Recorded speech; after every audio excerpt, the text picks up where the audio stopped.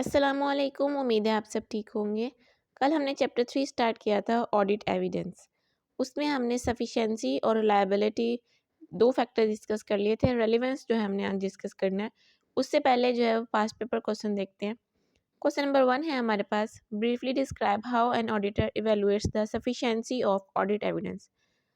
जो ऑडिटर है वो ऑडिट एविडेंस की सफिशिएंसी को कैसे इवेलुएट करता है ये आपने बताना है। इसमें आपने सिर्फ सफिशिएंसी वाला पॉइंट मेंशन करना है, ठीक है। नेक्स्ट हमारे पास क्वेश्चन 2 है, there are various type of evidence and each has different degrees of reliability. Listed below are some parts of various type of evidence. Requirement क्या है, determine for each pair whether first और second type of evidence is generally more reliable. Explanation for your selection, ठीक है।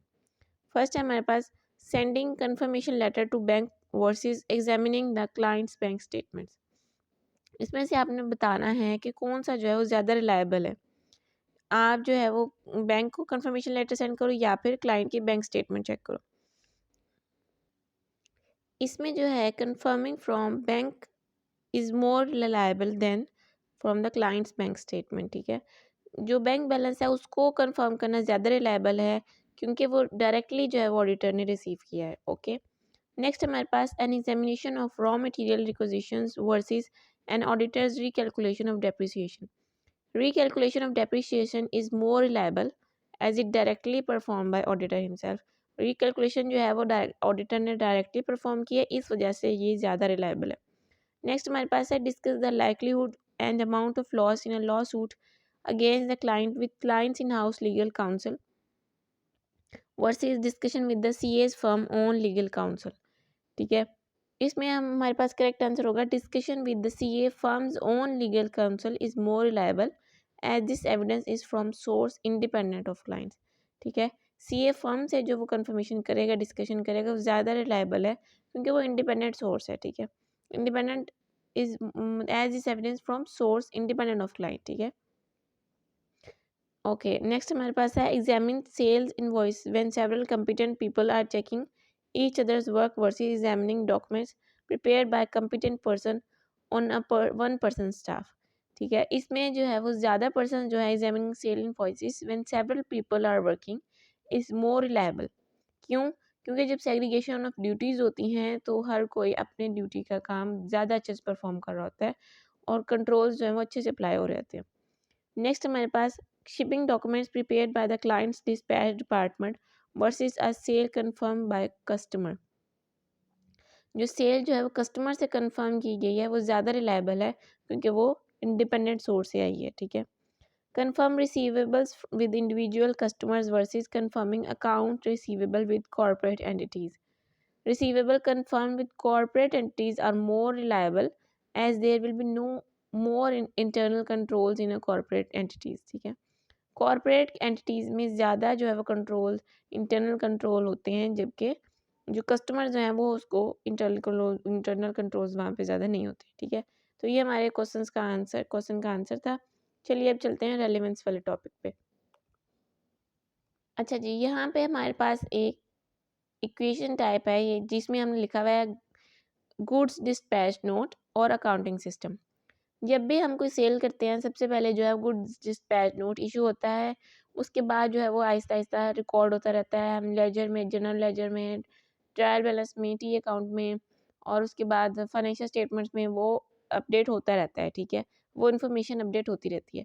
तो जो हम laser और trial balance statements वगैरह हैं उन सबको हम इकट्ठा जो है वो अकाउंटिंग सिस्टम ले रहे हैं और गुड्स डिस्पैच नोट जो है वो हम एक डॉक्यूमेंट ले रहे हैं, ठीक है।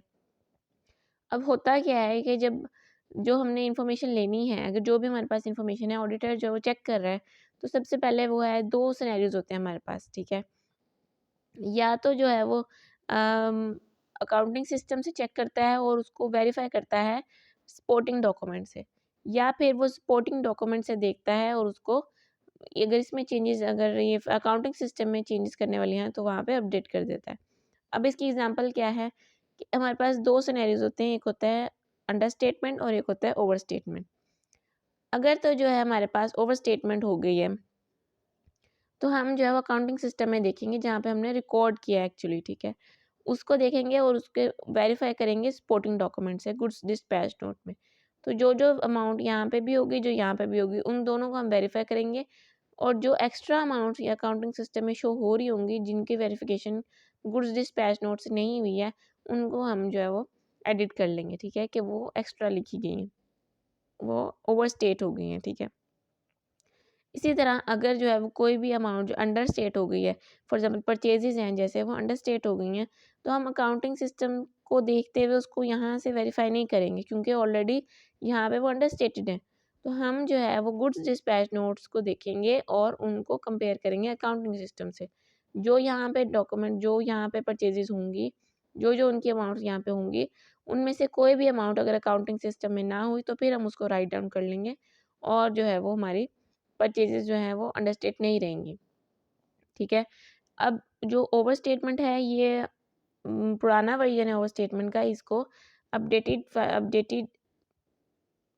अपडेटेड वर्ड इसके लिए है occurrence. Overstatement O for overstatement, O for occurrence, ठीक है। और अंडर स्टेटमेंट के लिए अपडेटेड वर्ड है कंप्लीटनेस, ठीक है। अच्छा, अगर आपने अंडर स्टेटमेंट कहना है तो आपने कंप्लीटनेस कहना है, क्योंकि उस इसी कंप्लीटनेस को क्यों कहते हैं, ताकि हम ये चेक कर सकें कि क्या ये डॉक्यूमेंट वाकई कंप्लीट है या फिर इसमें कोई अंडर स्टेटमेंट है या कुछ में कमी है, ठीक है। और अक्रेंस इसको क्यों कहते हैं कि ओवर स्टेटमेंट है, इसमें ज़्यादा तो नहीं कोई रिकॉर्ड कर लिया कुछ हमने, ठीक है। तो ये इसमें हमने ये सिनेरियो डिस्कस किया। आगे हम चलते हैं बुक पे। ओके जी, ये हमारे पास है relevance. Relevance deals with logical connection between assertion and audit procedures. Assertion कहते हैं मकसद को, कि जो हमारा मकसद है वो और जो ऑडिट प्रोसीजर्स हमने परफॉर्म किए हैं वो, इनमें जो है वो लॉजिकल कनेक्शन, उसको हम रेलिवेंस कहते हैं। रेलिवेंस जो है वो असर्शन और ऑडिट प्रोसीजर्स में लॉजिकल कनेक्शन को डील करते हैं। For example, if auditor wants to test occurrence, occurrence का हमने भी क्या क्या ओवर स्टेटमेंट को अगर चेक करना चाह रहा है, तो relevant procedure will be to select and test recorded amounts, ठीक है।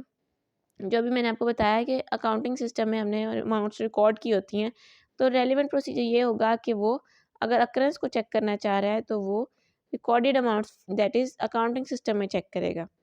However, if auditor wants to test completeness, then relevant procedure will be to select and test information outside accounting system, that is goods dispatch note, जो हमने इस example में पढ़ा था, कि वो कह रहा है कि अगर तो वो completeness जैसे दैट इज अंडरस्टेटमेंट अगर चेक करना चाह रहा है तो वो फिर अकाउंटिंग सिस्टम के आउटसाइड इंफॉर्मेशन को चेक करेगा, ठीक है। A procedure may provide evidence which is relevant for one assertion but not for relevant for others।